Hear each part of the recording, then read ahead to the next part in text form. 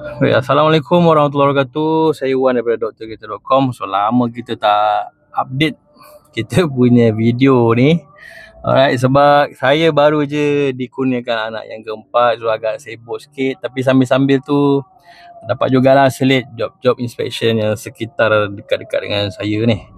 Okay, so kali ni Audi A4 tahun 2014 macam tu. So kita nak test kereta ni lah. Okay, so salesman pun macam sempoi je. Dia pun tak ikut sekali. Kita seorang ni test kereta dia. Dia kata bawa lah.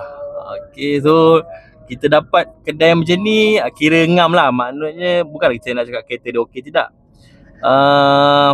Dia bekerjasama. Senang macam tu. So dia bagi kita bawa, dia bagi kita test. Kita boleh lah test semua benda. Tanpa orang kata apa, tak ada gangguan lah kan. So lebih senang nak deal dengan orang-orang yang macam ni, dengan salesman macam ni. Okay, so ni kita tengah bawa.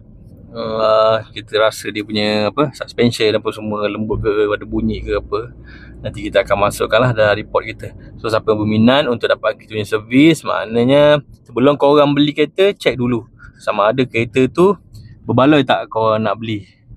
Takut korang beli-beli kereta tu ada masalah ke apa. So dengan adanya PPI ni, inspection ni, boleh elakkan lah korang orang kata apa, membazir duit beli kereta yang ada masalah. Alright, itu saja daripada saya Wan, drkereta.com. Assalamualaikum.